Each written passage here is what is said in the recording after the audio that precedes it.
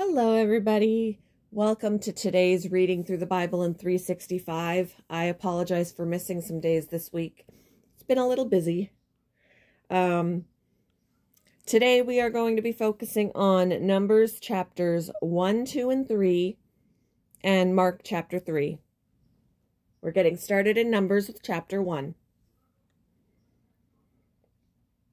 A year after Israel's departure from Egypt, Lord spoke to Moses in the tabernacle in the wilderness of Sinai. On the first day of the second month of that year, he said, "From the whole community of Israel, record the names of all the warriors by their clans and families. List all the men 20 years old or older who are able to go to war. You and Aaron must register the troops, and you will be assisted by one family leader from each tribe. These are the tribes and the names of the leaders who will assist you. Tribe Reuben, leader Elizur, son of Shadur. Simeon is the tribe, leader Shelumiel, son of Zurishaddai. Tribe Judah, leader Nahshon, son of Amminadab. Tribe Issachar, leader Nathaniel, son of Zor. Tribe Zebulun, leader Eliab, son of Helon. Tribe Ephraim, son of Joseph. Manasseh, son of Joseph.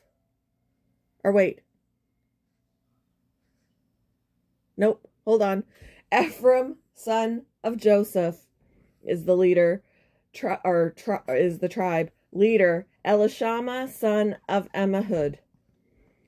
Tribe Manasseh, son of Joseph. Leader Gamaliel, son of Pedahzur. Tribe Benjamin, leader Abidan, son of Gideoni. Tribe Dan, leader Ahiezer, son of Ammishaddai.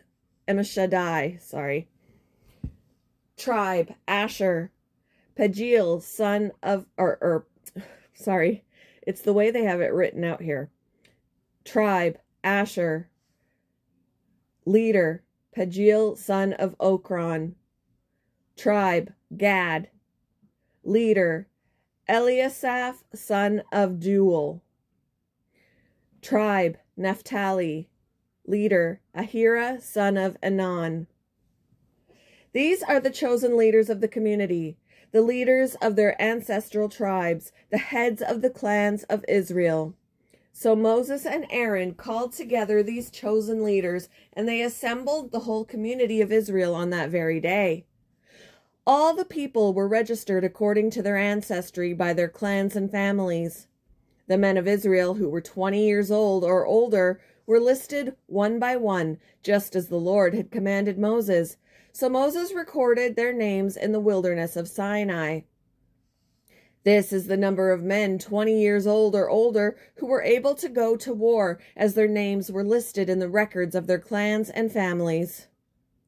Tribe Reuben, Jacob's oldest son.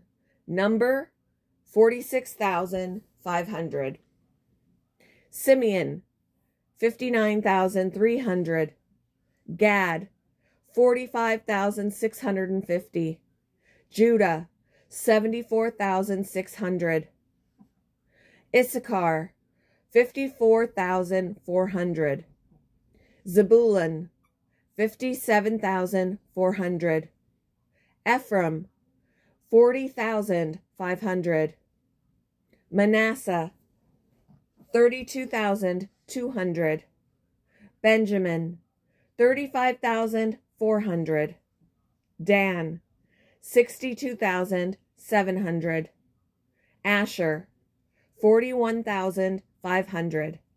Naphtali 53,400.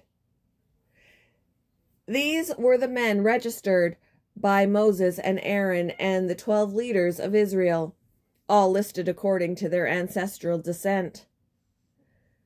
They were registered by families.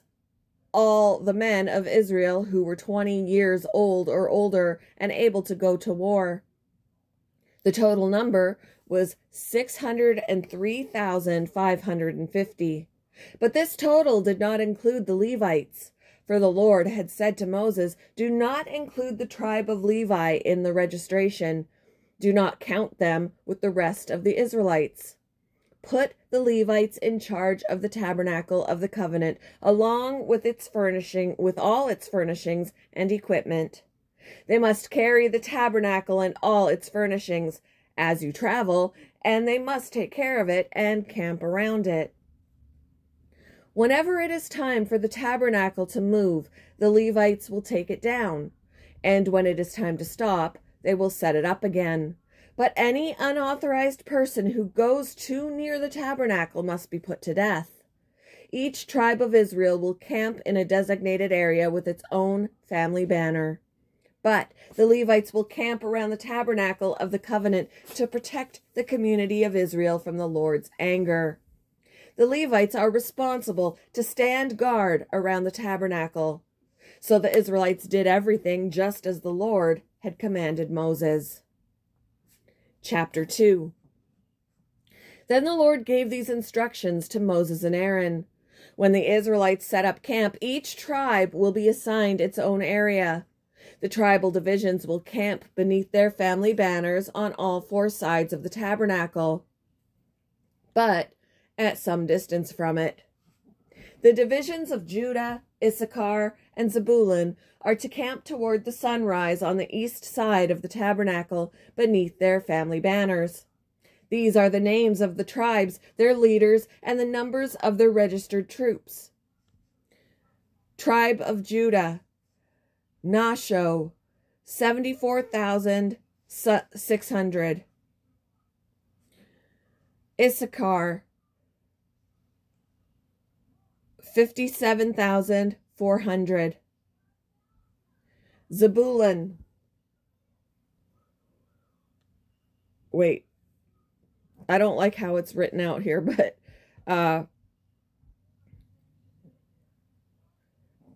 so the total of the troops on Judah's side of the camp is 186,400. These three tribes are to lead the way whenever the Israelites travel to the new campsite.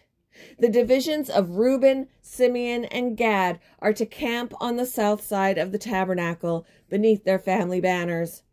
These are the names of the tribes, their leaders, and the numbers of their troops, of their registered troops. Tribe of Reuben, leader Elizur, son of Shedeur, 46,500. The tribe of Shalom, leader Simeoniel, son of Zurishadai, 59,300. The tribe of Gad, 45,650. So the total of the troops on Reuben's side of the camp is 151,450. These three tribes will be second in line whenever the Israelites travel. Then the tabernacle carried by the Levites will set out from the middle of the camp. All the tribes are to travel in the same order. Then they camp. No, all the tribes are to travel in the same order that they camp, each in position under the appropriate family banner. The divisions of Ephraim, Manasseh, and Benjamin are to camp on the west side of the tabernacle, beneath their family banners. These are the names of the tribes and their leaders and the numbers of their registered troops. Tribe of Ephraim, leader Elisha, number 40,500. Tribe of Manasseh, leader Gamali, number 32,200. Tribe of Benjamin, leader Abidan, number 35,400. So the total of the troops on Ephraim's side of the camp is 108,100. These three tribes will be third in line whenever the Israelites travel. The divisions of Dan, Asher, and Naphtali are to camp on the north side of the tabernacle beneath their family banners. These are the names of the tribes, their leaders, and the numbers of their registered troops. Tribe of Dan, leader Ahiezer, number 62,700. Tribe of Asher, leader Pagiel, 41,500. Tribe of Naphtali, leader Ahira, 53,400. So the total of the troops on Dan's side of the camp is 157,600. These three tribes will be last, marching under their banners whenever the Israelites travel. In the summary, the troops of Israel listed by their families totaled 603,550. But as the Lord had commanded, the Levites were not included in this registration. So the people of Israel did everything as the Lord had commanded Moses. Each clan and family set up camp and marched under their banners exactly as the Lord had instructed them. Chapter 3. This is the family line of Aaron and Moses as it was recorded when the Lord spoke to Moses on Mount Sinai. The names of Aaron's sons were Nadab, the oldest, Abihu, Eleazar, and Ithamar. These sons of Aaron were anointed and ordained to minister as priests, but Nadab and Abihu died in the Lord's presence in the wilderness of Sinai when they burned before the Lord the wrong kind of fire, different than he had commanded. Since they had no sons, this left only Eleazar and Ithamar to serve as priests with their father Aaron. Then the Lord said to Moses, "Call forward the tribe of Levi and present them to Aaron the priest to serve as his assistants. They will serve Aaron and the whole community, performing their sacred duties in and around the tabernacle. They will also maintain all the furnishings of the sacred tent, serving in the tabernacle on behalf of all the Israelites. Assign the Levites to Aaron and his sons. They have been given from among all the people of Israel to serve as their assistants. Appoint Aaron and his sons to carry out the duties of the priesthood. But any unauthorized person who goes too near the sanctuary must be put to death." And the Lord said to Moses, "Look, I have chosen the Levites from among the Israelites to serve as substitutes for all the firstborn sons of the people of Israel. The Levites belong to me, for all the firstborn males are mine. On the day I struck down all the firstborn sons of the Egyptians, I set apart for myself all the firstborn in Israel, both of people and of animals. They are mine. I am the Lord." The Lord spoke again to Moses in the wilderness of Sinai. He said, "Record the names of the members of the tribe of Levi by their families and clans. List every male who is 1 month old or older." So Moses listed them just as the Lord had commanded. Levi had 3 sons whose names were Gershon, Kohath, and Merari. The clans descended from Gershon were named after 2 of his descendants, Libni and Shimei. The clans descended from Kohath were named after 4 of his descendants, Amram, Izhar, Hebron, and Uzziel. The clans descended from Merari were named after 2 of his descendants, Mahali and Mushi.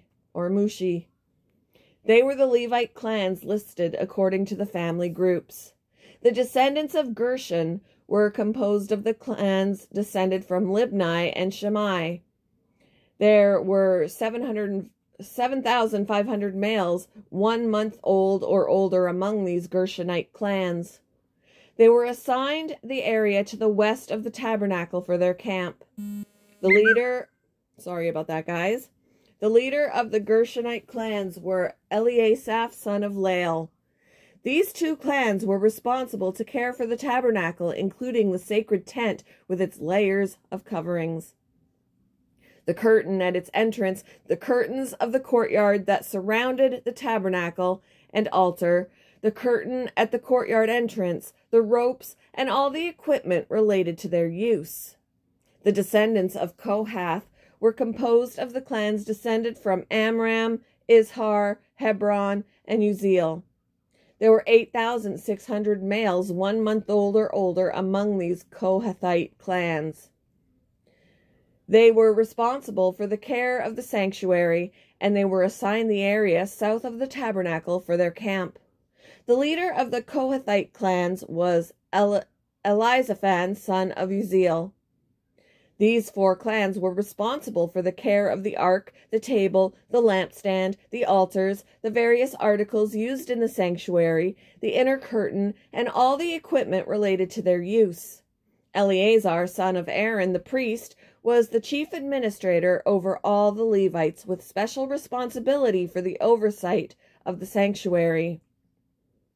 The descendants of Merari were composed of the clans descended from Mahali and Mushi. There were 6,200 males 1 month old or older among these Merarite clans. They were assigned the area north of the tabernacle for their camp. The leader of the Merarite clans was Zeriel, son of Abihail. These 2 clans were responsible for the care of the frames supporting the tabernacle, the crossbars, the pillars, the bases, and all the equipment related to their use. They were also responsible for the posts of the courtyard and all their bases, pegs, and ropes. The area in front of the tabernacle in the east toward the sunrise was reserved for the tents of Moses and of Aaron and his sons, who had the final responsibility for the sanctuary on behalf of the people of Israel. Anyone other than a priest or Levite who went too near the sanctuary was to be put to death. When Moses and Aaron counted the Levite clans at the Lord's command, the total number was 22,000 males 1 month old or older. Then the Lord said to Moses, "Now count all the firstborn sons in Israel who are 1 month old or older, and make a list of their names. The Levites must be reserved for me as substitutes for the firstborn sons of Israel. I am the Lord. And the Levites' livestock must be reserved for me as substitutes for the firstborn livestock of the whole nation of Israel." So Moses counted the firstborn sons of the people of Israel, just as the Lord had commanded. The number of firstborn sons who were 1 month old or older was 22,273. Then the Lord said to Moses, "Take the Levites as substitutes for the firstborn sons of the people of Israel, and take the livestock of the Levites as substitutes for the firstborn livestock of the people of Israel. The Levites belong to me. I am the Lord. There are 273 more firstborn sons of Israel than there are Levites. To redeem these extra firstborn sons, collect 5 pieces of silver for each of them, each piece weighing the same as the sanctuary shekel, which equals 20 gerahs. Give the silver to Aaron and his sons as the redemption price for the extra firstborn sons." So Moses collected the silver for redeeming the firstborn sons of Israel, who exceeded the number of Levites. He collected 1,365 pieces of silver on behalf of these firstborn sons of Israel, each piece weighing the same as the sanctuary shekel. And Moses gave the silver for the redemption to Aaron and his sons, just as the Lord had commanded. Moving on to Mark chapter 3. Jesus went into the synagogue again and noticed a man with a deformed hand. Since it was the Sabbath, Jesus' enemies watched him closely. If he healed the man's hand, they planned to accuse him of working on the Sabbath. Jesus said to the man with the deformed hand, "Come and stand in front of everyone." Then he turned to his critics and asked, "Does the law permit good deeds on the Sabbath, or is it a day for doing evil? Is this a day to save life or to destroy it?" But they wouldn't answer him. He looked around at them angrily and was deeply saddened by their hard hearts. Then he said to the man, "Hold out your hand." So the man held out his hand, and it was restored. At once, the Pharisees went away and met with the supporters of Herod to plot how to kill Jesus. Jesus went out to the lake with his disciples, and a large crowd followed him. They came from all over Galilee, Judea, Jerusalem, Idumea, and east of the Jordan River, and even from as far north as Tyre and Sidon. The news about his miracles had spread far and wide, and vast numbers of people came to see him. Jesus instructed his disciples to have a boat ready so the crowd would not crush him. He had healed many people that day, so all the sick people eagerly pushed forward to touch him. And whenever those possessed by evil spirits caught sight of him, the spirits would throw them to the ground in front of him, shrieking, "You are the Son of God!" But Jesus sternly commanded the spirits not to reveal who he was. Afterward, Jesus went up on a mountain and called out the ones he wanted to go with him, and they came to him. Then he appointed 12 of them and called them his apostles. They were to accompany him, and he would send them out to preach, giving them authority to cast out demons. These are the 12 he chose: Simon, whom he named Peter, James and John, the sons of Zebedee, but Jesus nicknamed them Sons of Thunder, Andrew, Philip, Bartholomew, Matthew, Thomas, James, son of Alphaeus, Thaddeus, Simon the Zealot, Judas Iscariot, who later betrayed him. One time Jesus entered a house, and the crowds began to gather again. Soon he and his disciples couldn't even find time to eat. When his family heard what was happening, they tried to take him away. "He's out of his mind," they said. But the teachers of religious law who had arrived from Jerusalem said, "He's possessed by Satan, the prince of demons. That's where he gets the power to cast out demons." Jesus called them over and responded with an illustration. "How can Satan cast out Satan?" he asked. "A kingdom divided by civil war will collapse. Similarly, a family splintered by feuding will fall apart. And if Satan is divided and fights against himself, how can he stand?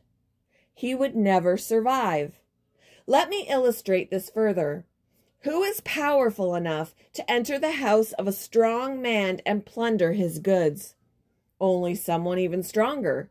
Someone who could tie him up and then plunder his house. I tell you the truth. All sin and blasphemy can be forgiven, but anyone who blasphemes the Holy Spirit will never be forgiven. This is a sin with eternal consequences. He told them this because they were saying, "He's possessed by an evil spirit." Then Jesus' mother and brothers came to see him. They stood outside and sent word for him to come out and talk with them. There was a crowd sitting around Jesus, and someone said, "Your mother and your brothers are outside asking for you." Jesus replied, "Who is my mother? Who are my brothers?" Then he looked at those around him and said, "Look, these are my mother and brothers. Anyone who does God's will is my brother and sister and mother."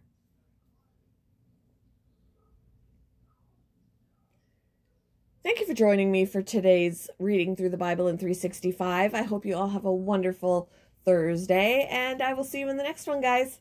Bye!